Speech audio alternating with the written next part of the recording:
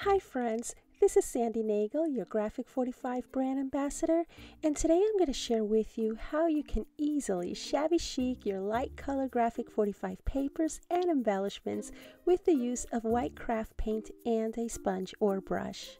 We use the dry sponge technique where you dip your applicator or brush just to pick up enough paint. You then remove the excess until there's only a slight of wet paint left on your applicator. As you can see here, I dry brush some of the white paint on my flowers to give it that shabby chic effect.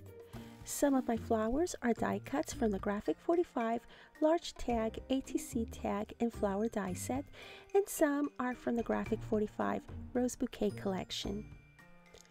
I hope that you find this Graphic 45 tip helpful and that it inspires you in your paper crafting projects.